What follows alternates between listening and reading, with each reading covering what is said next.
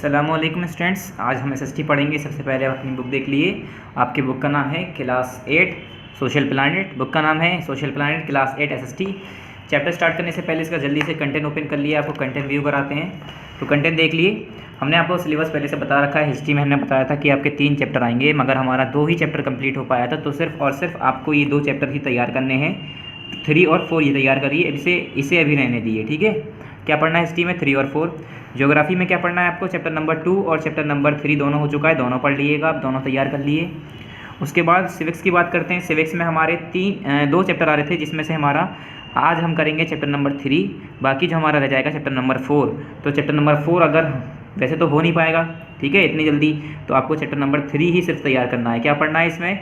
सिर्फ 3 पढ़ना है, सिर्फ 3 पढ़ना है, सिर्फ 3 पढ़ना है, ये नहीं पढ़ना। जो मैं सर्किल कर रहा हूँ ये मत पढ़िएगा, ठीक है। 4 मत पढ़िए, ठीक है। कौन सा नहीं पढ़ना है आपको? 4 नहीं पढ़ना है। इस पर अभी मैं कट लगा दे रहा हूँ। और यहाँ पर 5 नहीं पढ़ना है, ठीक है। इसमें 5 नहीं पढ़ना है, इसमें 4 नहीं पढ़ना है।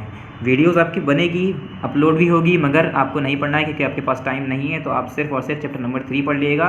तो आज हम स्टार्ट करने जा रहे हैं page number 157, parliamentary form of government. Page number 157 open कर लिए। पार्लियामेंट्री फॉर्म ऑफ गवर्नमेंट, जैसा कि हमें पता है यहाँ पर हमारा कौन सा पार्ट है? पार्ट नंबर 3 है। यहाँ पर क्या लिखेंगे हम? डेट लिखेंगे। डेट किस दिन की? जिस दिन ये वीडियो यूट्यूब पर अपलोड होगी, इस दिन यहाँ पर आपको डेट लिखनी है। Let's read. Our nation has a rich diversity in term of language, religion and custom. ये कह रहे हैं हमारा जो नेशन है उसकी रिच डाइवर्सिटी है, लैंग्वेज के बेस पे, रिलीजन के बेस पे, कस्टम के बेस पे। हमारा जो रिलीजन, हमारा जो इंडिया है और जो हमारा नेशन है वो उसमें ज़्यादा डाइवर्सिटी पाई जाती है, ठीक है। अलग अलग तरह के नेशन, अलग अलग तरह की लैंग्वेज और अलग अलग तरह की ये कह सकते हैं कस्टम्स हैं, ट्रेडिशन हैं, रिलीजन है, कोई हिंदू, मुस्लिम, सिख, ईसाई, जैन, बौद्ध, बहुत सारे ऐसे रिलीजन भी हैं। Hence it is difficult for a single government to take care of administration of our country, which is vast in geographical area and has cultural diversity। ये कह रहे हैं। तो अब हमें पता है कि इतनी बड़ी, हमारा इतना बड़ा नेशन है, हमारा इतना बड़ा इंडिया है। ये कह रहे हैं इंडिया के अंदर खाली एक सिंगल गवर्नमेंट जो है पूरे एडमिनिस्ट्रेशन को संभाल पाई, इतना आसान नहीं, क्योंकि हमारा जो ज्योग्राफिकल एरिया है वो भी बहुत बड़ा है और हमारा जो कल्चर डाइवर्सिटी है वो भी बहुत ज़्यादा डाइवर्स है। हमारा जो डाइवर्स लोग हैं, हमारा जो इंडिया है बहुत ज़्यादा डाइवर्स है। India is a diverse country, ठीक है। तो इसे संभालना इतना आसान नहीं था सिंगल गवर्नमेंट के लिए। अवर कॉन्स्टिट्यूशन प्रोवाइड 2 गवर्नमेंट, तो इसलिए हमारे कॉन्स्टिट्यूशन ने 2 गवर्नमेंट प्रोवाइड की, one at the state level and other at the centre. एक स्टेट लेवल पे और दूसरी सेंट्रल लेवल पे। कितनी 2 लेवल की, एक स्टेट लेवल और सेंट्रल लेवल की गवर्नमेंट इन्होंने हमें प्रोवाइड की। This 2 tier system is called the federal system. और ये जो 2 टायर सिस्टम है, 2 tier system of government, 2 government system जो है, इसे हम कहते हैं फेडरल सिस्टम, ठीक है। एक सेंट्रल में होना और एक स्टेट लेवल पे होना, इसे हम कहते हैं federal system. In case there is only 1 government, ये कह रहे हैं इन केस अगर कहीं खाली एक गवर्नमेंट है, the participation of people from all sector will be considerably imbalance. तो ये कह रहे हैं अगर चलो मान लिया हमने कि खाली 1 फॉर्म ऑफ गवर्नमेंट है हमारी, ठीक है, 1 गवर्नमेंट वाली फॉर्म है हमारी, कि सिंगल पार्टी, ये कह सकते हैं सिंगल गवर्नमेंट फॉर्म है हमारी। तो इसमें क्या होगा, जो हर कोई पार्टिसिपेट कर पाए हर जगह से, बहुत मुश्किल है, इम्बैलेंस हो जाएगा ये मामला, ठीक है। ये पार्टिसिपेशन करना लोगों का बहुत मुश्किल हो जाएगा। Hence a 2 government system has been introduce in our constitution. इसलिए हमारे कॉन्स्टिट्यूशन में 2 गवर्नमेंट सिस्टम इंट्रोड्यूस कर दिया गया, लिख दिया गया, बता दिया गया। In a federal form of government, the country will have 1 government at the central level, union or central government, and state government in the constituent level state, constituent state. ये कह रहे हैं हमारे जो फेडरल फॉर्म ऑफ गवर्नमेंट है, इसमें जो country होती है उसके पास एक गवर्नमेंट हमारी सेंट्रल लेवल पे होती है, सेंटर पे होती है, जिसे हम कहते हैं यूनियन या सेंट्रल गवर्नमेंट कहते हैं। एक स्टेट गवर्नमेंट होती है जो कि हमारे हर अलग अलग स्टेट में होती है। Both the state and the state government, sorry, both the centre and the state government are created according to the provision of the constitution. ये कह रहे हैं दोनों, जो हमारा सेंटर और स्टेट गवर्नमेंट है, वो दोनों के दोनों हमारे कॉन्स्टिट्यूशन के प्रोविजंस के हिसाब से, कॉन्स्टिट्यूशन के मुताबिक ही बनाए जाते हैं, तैयार की जाती है government. The structure, functions and power are clearly defined in the constitution. और जो स्ट्रक्चर है, किस तरह का स्ट्रक्चर होगा, किस तरह की किसको क्या पावर देनी है, ठीक है, क्या फंक्शन है, सारी चीज़ें ये हमारे कॉन्स्टिट्यूशन में डिफाइन है, कॉन्स्टिट्यूशन में लिखा हुआ है। Parliament can be define as a meeting or an assembly for conference on national or public affairs. ये कह रहे हैं पार्लियामेंट हम उसे कह सकते हैं जैसे कि कोई मीटिंग हो या कोई असेंबली हो जो कि कॉन्फ्रेंस के लिए या जो कि नेशनल या पब्लिक अफेयर के लिए इकट्ठा हुई हो। कोई एक ऐसी मीटिंग या कॉन्फ्रेंस बनाई गई हो, करी जा रही हो, कहीं कॉन्फ्रेंस हो रही हो या कहीं मीटिंग हो रही हो, ऐसी मीटिंग जो कि पब्लिक और नेशनल अफेयर्स से रिलेटेड हो, उसे हम कहते हैं parliament. In practical term legislative body is called parliament. और ये कह रहे हैं प्रैक्टिकल टर्म में जो लेजिस्लेटिव बॉडी होती है उसे ही हम पार्लियामेंट कहते हैं। फिर आगे हमारा डेमोक्रेसी। डेमोक्रेसी हर चैप्टर में हमने पढ़ा है, डेमोक्रेसी के बारे में हमें पता है। Democracy is a system of government in which the people rule through their representative. ये कह रहे हैं डेमोक्रेसी एक ऐसा सिस्टम है गवर्नमेंट का जिसमें जो लोग बाग होते हैं वो अपने रिप्रेजेंटेटिव के हिसाब से उनके ज़रिए रूल करते हैं। Since it is practically impossible for each and every citizen to join the deliberation concerning governance, so the idea of representational democracy was found as a solution. ये कह रहे हैं कि ये इतना मुश्किल, जैसे कि हम सबको ही पता है कि ये इम्पॉसिबल है कि हर कोई हर जगह से हर सिटीज़न के लोग जो हैं आप डेलिब्रेशन कंसर्निंग गवर्नेंस में ज्वाइन हो पाएँ, ठीक है, वो अपने राय मशवरा कर पाएँ। सो the idea of representational democracy was found a solution. तो ये जो रिप्रेजेंटेशनल डेमोक्रेसी का आइडिया है वो हमारा एक सोल्यूशन बन के आया, ठीक है। डेमोक्रेसी फॉर्म ऑफ गवर्नमेंट जो है हमारी डेमोक्रेटिक गवर्नमेंट एक हम लोगों के लिए सोल्यूशन बन के आया जिसमें हर किसी को बराबर हक मिलता है, हर किसी को यूनिवर्सल एडल्ट फ्रेंचाइज के हिसाब से हक मिलता है कि वो राइट है उसके पास कि वो क्या कर पाए, वोट कर पाए अगर वो बालिग है, मतलब अबव 18 ईयर है। Parliament is formed by elected representative of people. ये कह रहे हैं पार्लियामेंट जो है वो लोगों के जो इलेक्टेड रिप्रेजेंटेटिव होते हैं जिन्हें हम चूज़ करते हैं, जिन्हें नेता चुनते हैं, उनके ज़रिए बनाई जाती है parliament. For electing the representative general election are held from time to time. ये कह रहे हैं और इनके रिप्रेजेंटेटिव को हमें इलेक्ट करने के लिए क्या करना पड़ता है, क्या होता है, हमें नहीं करना पड़ता, मतलब होता है, क्या होता है, इलेक्शन होते रहते हैं लगातार टाइम टू टाइम, ठीक है, अलग अलग टाइम में इलेक्शन होते रहते हैं जिससे हम अलग अलग रिप्रेजेंटेटिव चेंज करते रहते हैं। एंड दस a new parliament is form after a fix period. और इसी हिसाब से हर नया पार्लियामेंट फॉर्म होता रहता है, बनता रहता है एक नए फिक्स पीरियड में, ठीक है।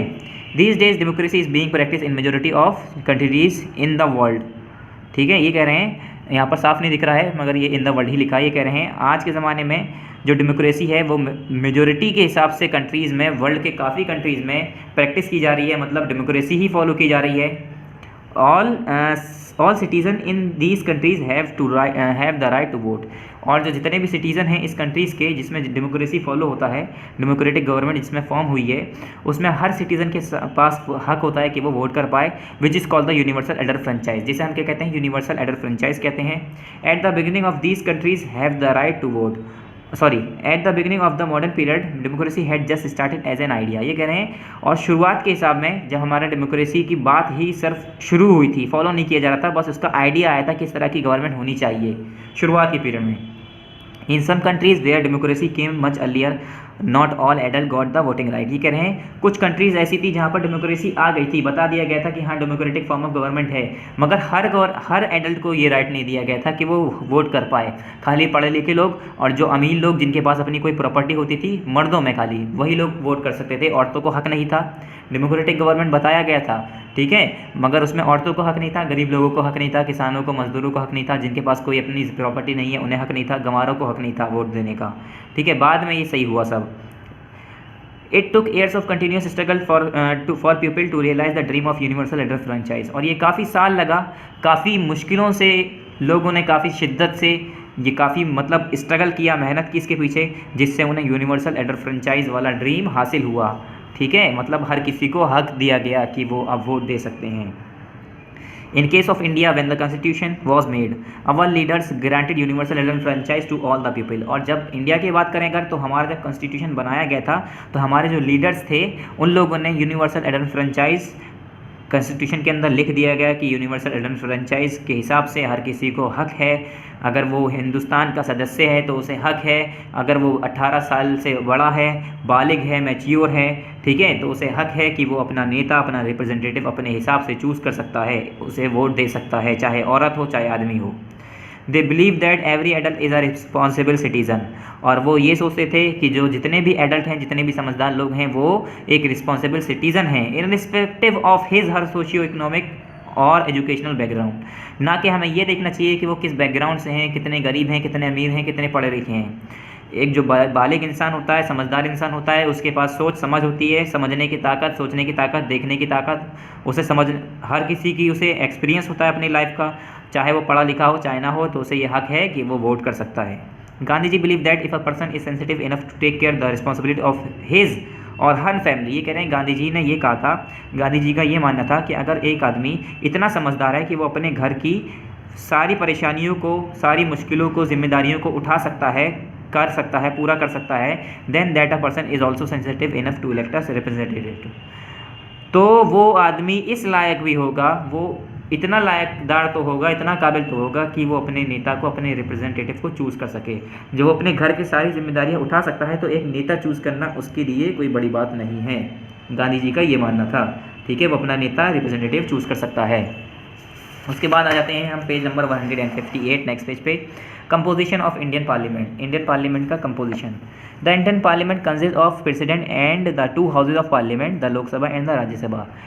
इंडिया पार्लियामेंट के अंदर क्या क्या आता है? इंडिया पार्लियामेंट के अंदर एक प्रेसिडेंट आता है और 2 हाउसेज आते हैं, जिसे हम कहते हैं लोकसभा और Rajya Sabha.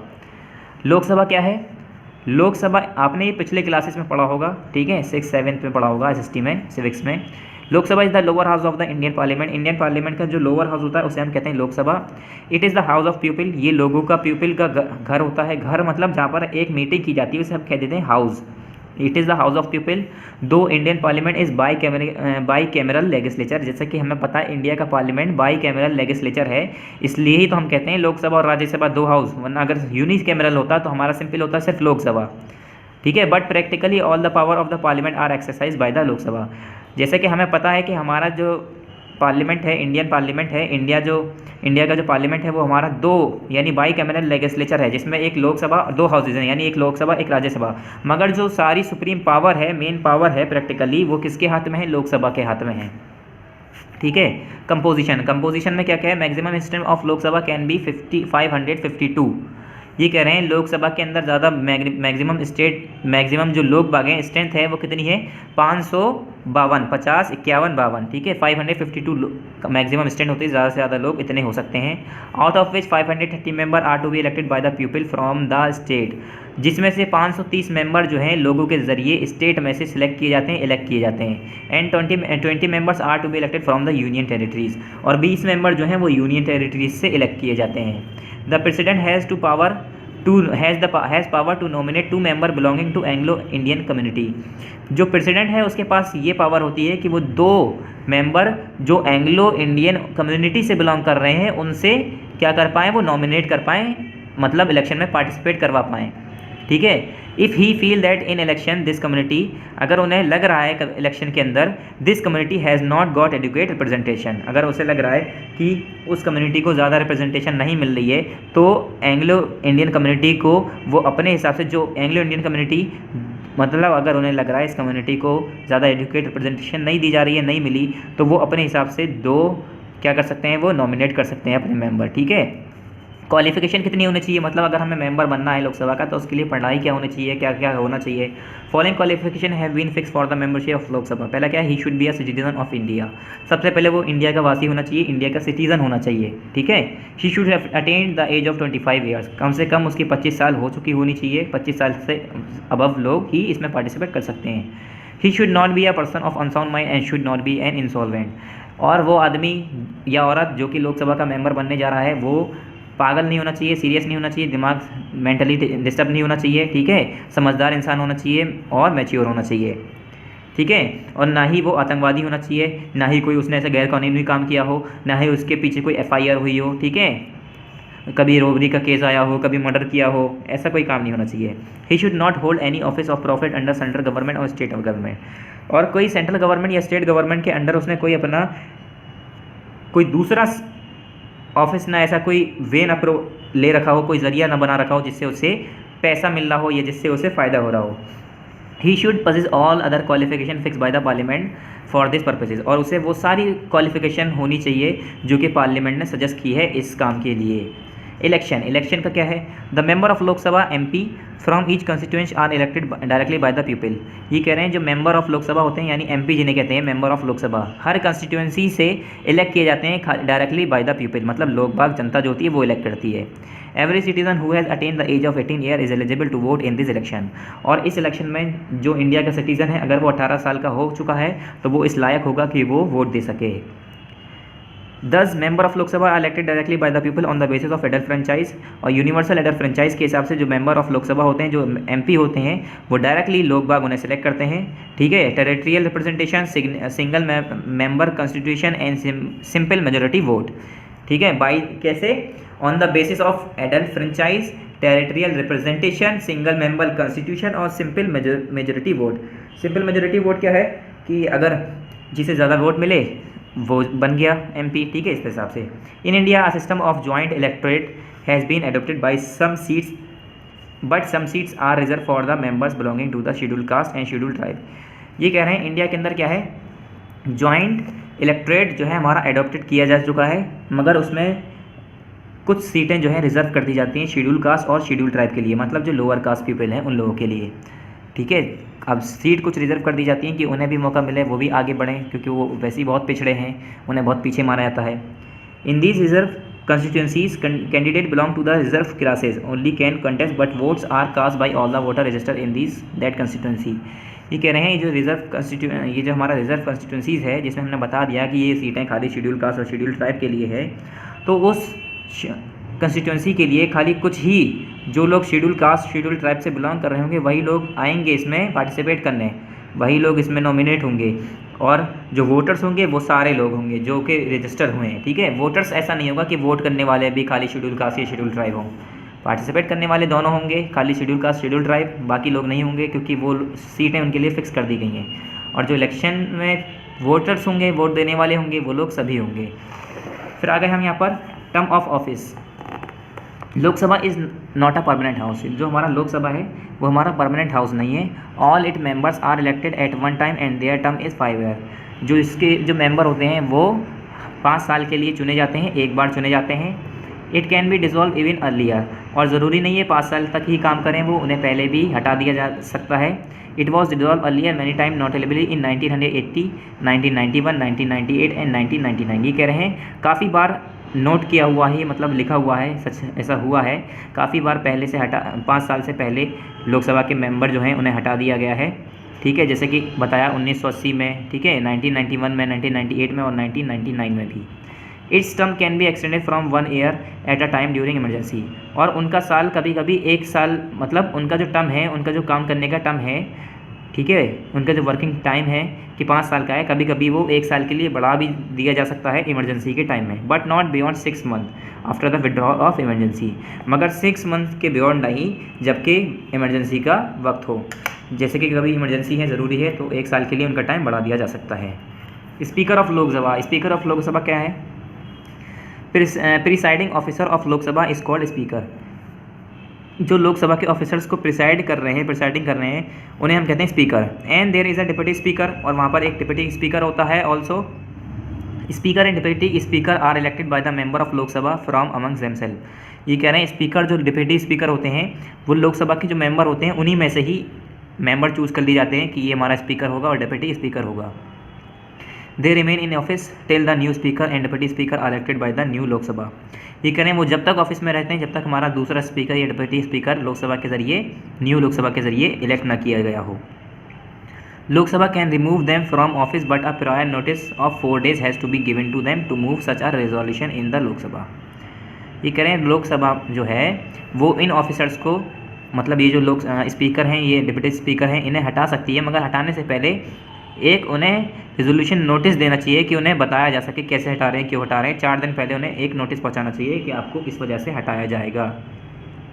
Speaker presides over the meeting of Lok Sabha and maintain decorum and discipline in it. ये कह रहे हैं जो स्पीकर होते हैं उनका काम क्या होता है? पूरा एक्शन लेना, लोकसभा की जो मीटिंग हो रही है उसे मेंटेन करना, ठीक है, उसके डिसिप्लिन मेंटेन करना, सारा अरेंज करना। In his absence the deputy speaker occupies his chair. और कभी कभी ऐसा होता है स्पीकर नहीं पहुंच पाया तो डिप्टी स्पीकर जो है वो इसीलिए रखा गया है कि स्पीकर नहीं है तो सारा काम कौन मैनेज करेगा, मीटिंग का डिप्टी स्पीकर पे आ जाता है सारा काम। आ गया अब हमारा Rajya Sabha.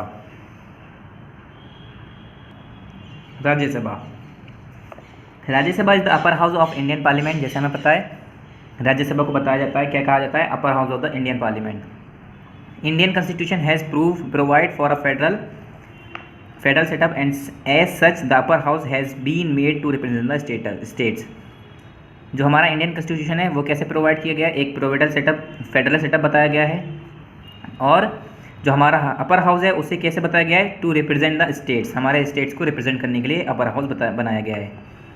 All state do not send equal number of representative in the Rajya Sabha. Rajya Sabha के अंदर ऐसा नहीं है ज़रूरी कि सारे, जैसे कि मैंने बताया 28-29 स्टेट हैं हमारे इंडिया के, 29 स्टेट हैं, तो उससे ज़रूरी नहीं है कि वो सारे मेंबर बराबर बराबर आएँ, दो इससे दो इससे दो इससे, ऐसा नहीं, ठीक है, ज़रूरी नहीं है। In fact the states are represented on the basis of their population as specified in the 4th schedule of the constitution. जो हमारा कॉन्स्टिट्यूशन का 4th शेड्यूल है उसके मुताबिक किस जगह की कितनी पॉपुलेशन है उसके हिसाब से उसके मुताबिक स्टेट्स के रिप्रेजेंटेटिव भेजे जाते हैं राज्यसभा के अंदर। कंपोजिशन, अब उसका कंपोजिशन क्या है, totally membership of Rajya Sabha can not exceed 250। ये कह रहे हैं अगर देखा जाए तो 250 से ज़्यादा नहीं हो सकते राज्यसभा के member. Out of it 12 member can be nominated by the president, जिसके अंदर राज्यसभा के अंदर 12 मेंबर जो हैं नॉमिनेट किए जाते हैं किसके ज़रिए, प्रेसिडेंट के ज़रिए। 12 मेंबर कौन इलेक्ट करता है, प्रेसिडेंट, ठीक है। These should be persons distinguish in the field of science, और ये वो लोग होने चाहिए मेंबर जो कि किसी साइंस की फील्ड में या आर्ट की फील्ड में, लिटरेचर या सोशल सर्विस की फील्ड में डिस्टिंग्विश हों, मतलब पहले से इंगेज रह चुके हों, उसमें काम कर चुके हों। Rest are to be elected by the state legislative assemblies and union territories. बाकी जो बचे हुए लोग हैं 12 के अलावा, वो लोग स्टेट लेजिस्लेटिव असेंबली और यूनियन टेरिटरीज के ज़रिए इलेक्ट किए जाते हैं। Number of representative of each state and union territory is fix on the basis of population, और हर स्टेट और यूनियन टेरिटरी के जो मेंबर हैं, नंबर ऑफ रिप्रेजेंटेटिव हैं, वो फिक्स करे गए हैं उसकी पॉपुलेशन के मुताबिक। Uttar Pradesh sends 31 member to it, whereas Maharashtra send 19 member and many states like Arunachal Pradesh, Goa, Meghalaya, Mizoram, Nagaland, Sikkim, Tripura send only 1 representative each. ये कह रहे हैं जैसे हमारा उत्तर प्रदेश है, यूपी है, उसमें 30 मेंबर जाते हैं, और जो हमारा महाराष्ट्र है उसके 19 मेंबर जाते हैं, और जो कुछ यहाँ पर नाम बताए हैं इसके कितने जाते हैं, खाली 1 मेंबर जाता है। At present it has 245 member, और आज के टाइम में 245 मेंबर हमारे राज्यसभा के अंदर मौजूद हैं। क्वालिफिकेशन क्या होनी चाहिए, मतलब कितनी पढ़ाई करनी चाहिए, कैसा कैसा हमें क्या क्या काम नहीं करना चाहिए, क्या क्या करना चाहिए। For the member of Rajya Sabha a person is required to following qualification. पहले क्या, he must be a citizen of India, सबसे पहले वो इंडिया के सिटीजन होना चाहिए, इंडिया का इंसान होना, मतलब इंडिया का सदस्य होना चाहिए, बाहर का ना हो। ऐसा नहीं है कि वो अमेरिका से आया और बनने चला है हमारे राज्यसभा का मेंबर, ये लोकसभा का member. He must be a citizen of India, उसके बाद he should have attend to the age of 30 year यानी 30 ईयर, और कम से कम उसकी 30 साल की उम्र होनी चाहिए उसे मेंबर बनने के लिए। He should not be a man of unsound mind और इंसॉल्वेंट, और ना ही वो कोई अपराधी नहीं होना चाहिए, ना ही कोई अनसाउंड माइंड होना चाहिए, मतलब वो मेंटली फिट होना चाहिए, ठीक है, मेंटली फिजिकली फिट होना चाहिए। पता चले कोई पागल है, उसे अपने सोचने समझने की ताकत नहीं है, वो अपना खुद सोच समझ नहीं पा रहा है, तो वो क्या चलाएगा पार्लियामेंट को, ठीक है, तो इंसान फिट चाहिए उसके लिए। He should not hold any office of profit under the union government and state government. वही सारा ये है कि उसका कोई ऐसा any profit under the government, ऐसा कोई ऑफिस नहीं होना चाहिए जिससे उसे लाभ हो रहा हो, फ़ायदा हो रहा हो। He should fulfil all other qualification fix by the parliament, और जितने भी पार्लियामेंट ने बताया है कि आपको ये होना चाहिए, वो होना चाहिए, कि 12 पास आउट होना चाहिए, इतना पढ़ा होना चाहिए, मतलब जो जो चीज़ें उसमें बताई गई हैं वो सारी उसे क्वालिफिकेशन होनी चाहिए। उसके बाद आ जाते हैं हम election. Members are elected by the elected members of the state legislative assembly. Members कैसे इलेक्ट किए जाते हैं, जो इलेक्टेड मेंबर हैं स्टेट लेजिस्लेटिव असेंबली के, वो इलेक्ट करते हैं इन्हें, ठीक है। जो स्टेट लेजिस्लेटिव असेंबली के जो पहले से मेंबर इलेक्टेड हैं वो लोग इन्हें इलेक्ट करते हैं। They are elected by the proportional representation through single transferable vote system, और ये डायरेक्टली कैसे रिप्रेजेंट होते हैं, कैसे इन्हें इलेक्ट किया जाता है, हमारा जो ट्रांसफरेबल वोट सिस्टम है उसके ज़रिए, सिंगल ट्रांसफरेबल वोट सिस्टम के ज़रिए इन्हें रिप्रेजेंट किया जाता है।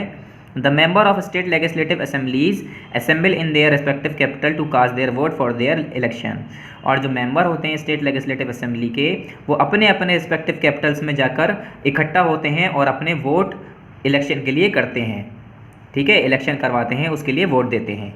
पेज नंबर 160 ओपन कर लिए।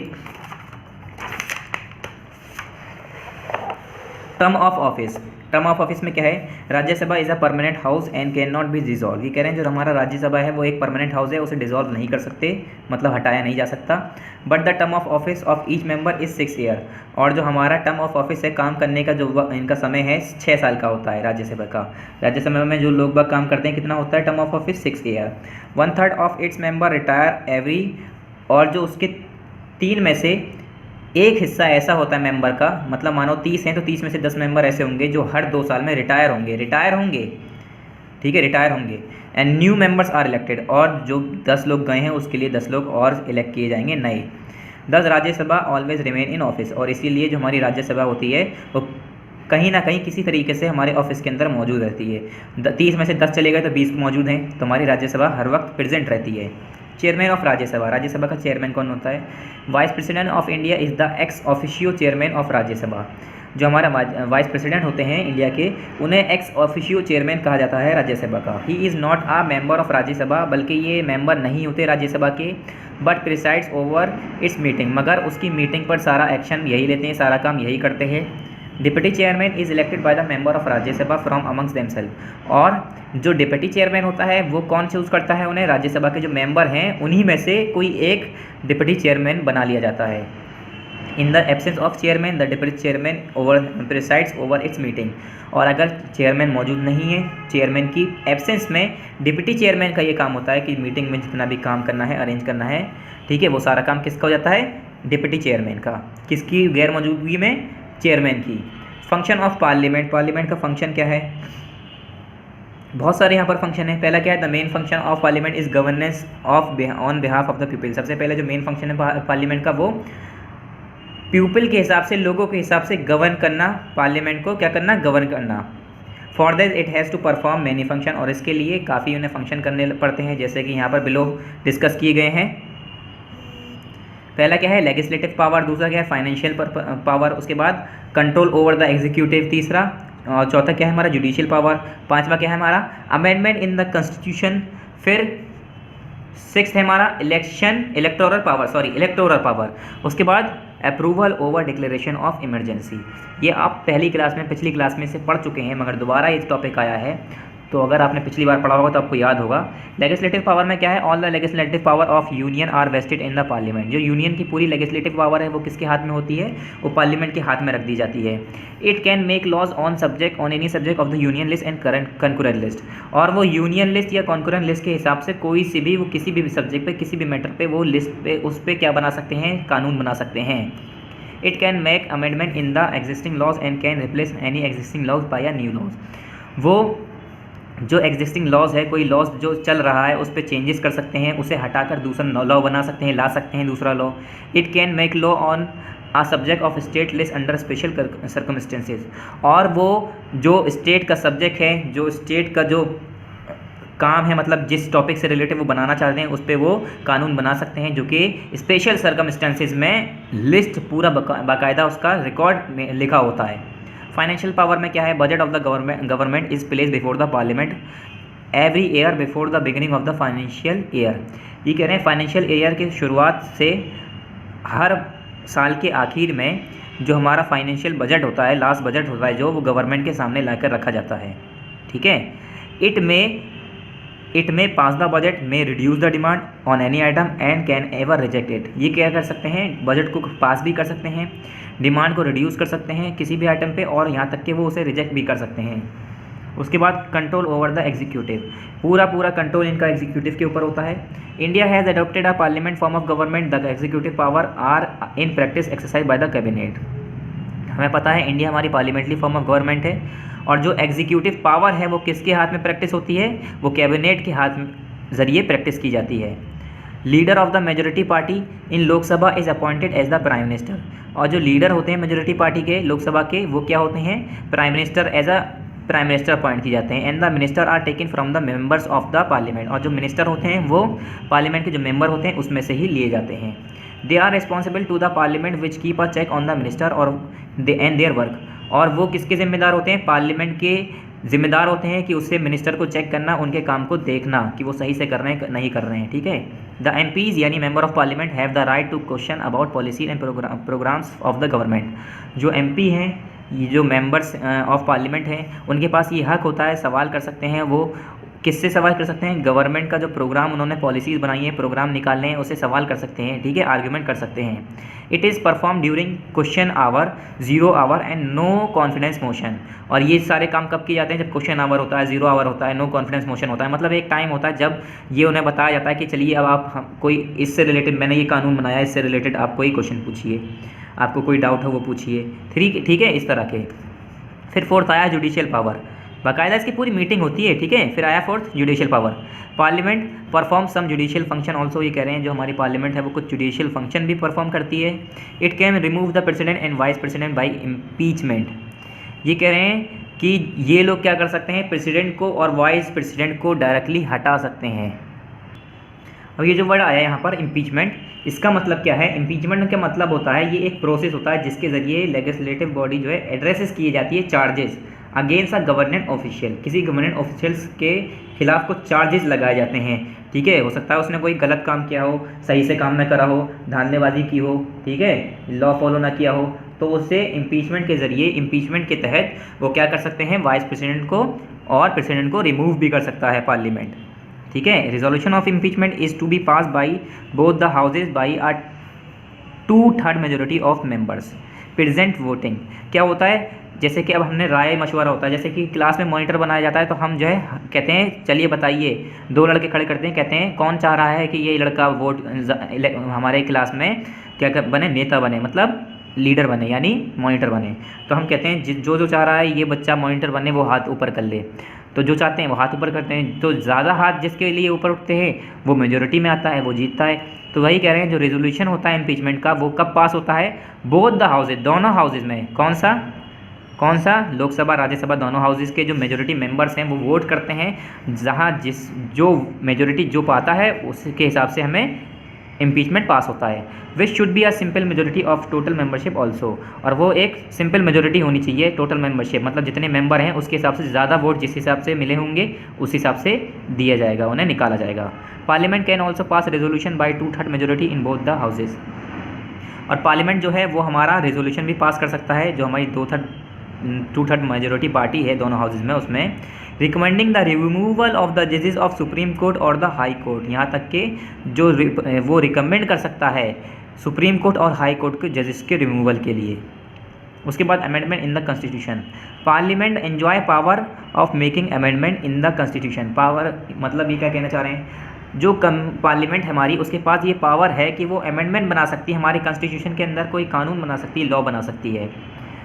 सम clauses can be amended by simple majority and some by 2/3 majority, ये कह रहे हैं जो हमारे कुछ क्लॉजेज हैं जो अमेंड किए जाते हैं वो सिंपल मेजोरिटी से कुछ हो जाता है, कभी कभी 2/3 मेजोरिटी लेनी पड़ती है। मतलब अगर 3 हिस्से हैं, मैंने कहा कि कौन कौन चाह रहा है कि राजू मॉनिटर बने और कौन कौन चाह रहा है कि श्याम मॉनिटर बने, तो 30 बच्चों में से 20 ने कहा राजू बने, 10 ने कहा श्याम बने, तो 20 की सुनोगे ना तुम लोग, कहोगे 20, इससे ज़्यादा वोट मिले हैं, बट 20 बच्चे कह रहे हैं राजू बने, तो राजू को तो बनाओगे, तो इसी हिसाब से, ठीक है।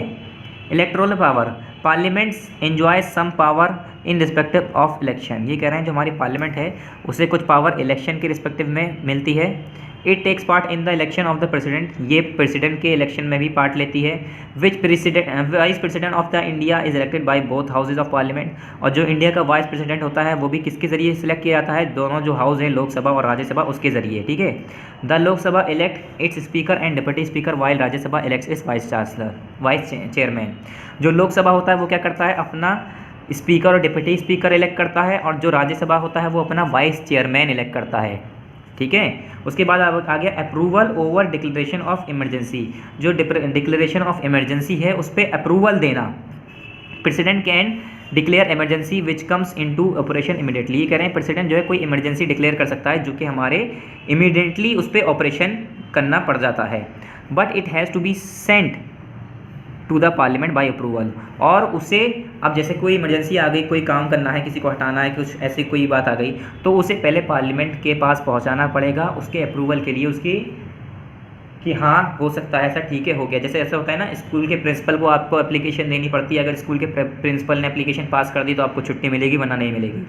इसी तरह से without its approval within the fix period of 1 month in case of national emergency and 2 months in case of failure of constitutional machinery in a state or financial emergency the emergency cease to be operate. ये कह रहे हैं ज़्यादा से ज़्यादा कितना, किसके अंदर फिक्स पीरियड बताया गया है कि उसके अंदर अप्रूवल लेना पड़ता है। 1 महीने का अप्रूवल जब कोई नेशनल इमरजेंसी आ गई हो, या 2 महीने का अप्रूवल जब कोई फेल्यूर हो गया हो, कॉन्स्टिट्यूशनल मशीनरी में प्रॉब्लम हो, ठीक है, स्टेट के, या फाइनेंशियल इमरजेंसी आ गई हो कोई, या इमरजेंसी केस आ गया हो ऑपरेट करने के लिए, तो उसके लिए 2 महीने का टाइम दिया जाता है अप्रूवल का। फिर आ गए हम नेक्स्ट यहाँ पर फॉर्मेशन ऑफ गवर्नमेंट। गवर्नमेंट का फॉर्मेशन होना। सो स्टूडेंट्स, यहाँ पर हम पार्ट कंप्लीट कर रहे हैं और ये वाला पार्ट हम नेक्स्ट स्टार्ट करेंगे, जो कि हम नेक्स्ट पार्ट में पढ़ेंगे। ठीक है, ये हम पार्ट कौन सा है हमारा ये वाला, एक मिनट जल्दी से आप पेज नंबर स्टार्टिंग में आ जाइए जहाँ से हमने चैप्टर स्टार्ट किया था। पार्ट नंबर कौन सा है हमारा, पार्ट नंबर 3। तो यहाँ पर आप लिखेंगे पार्ट नंबर 4 स्टार्टेड, यहाँ पर आप लिखेंगे पार्ट नंबर 4 स्टार्टेड। ठीक है, यहाँ से हम पार्ट नंबर 4 करेंगे, जिसमें हम ये सब पढ़ेंगे, उसके साथ साथ हम एक्सरसाइजेस करेंगे इसकी। ठीक है, इसकी सारी एक्सरसाइजेस करेंगे। और आज हमारा पार्ट नंबर 3 यहीं पर कंप्लीट होता है। तो स्टूडेंट्स यहाँ पर लास्ट में लिख लिए part number 3 completed, part number 3 completed. थोड़ा राइटिंग इधर उधर बिगड़ रही है तो आप देख लीजिएगा, आपको समझ में आना चाहिए। ठीक है, पार्ट नंबर 3 यहाँ पर कंप्लीट हो रहा है, यहाँ पर पार्ट 3 कंप्लीट, यहाँ पर पार्ट नंबर 4 स्टार्ट होगा। तो नेक्स्ट टाइम हम पार्ट नंबर 4 करेंगे। थैंक यू वेरी मच, अस्सलाम वालेकुम।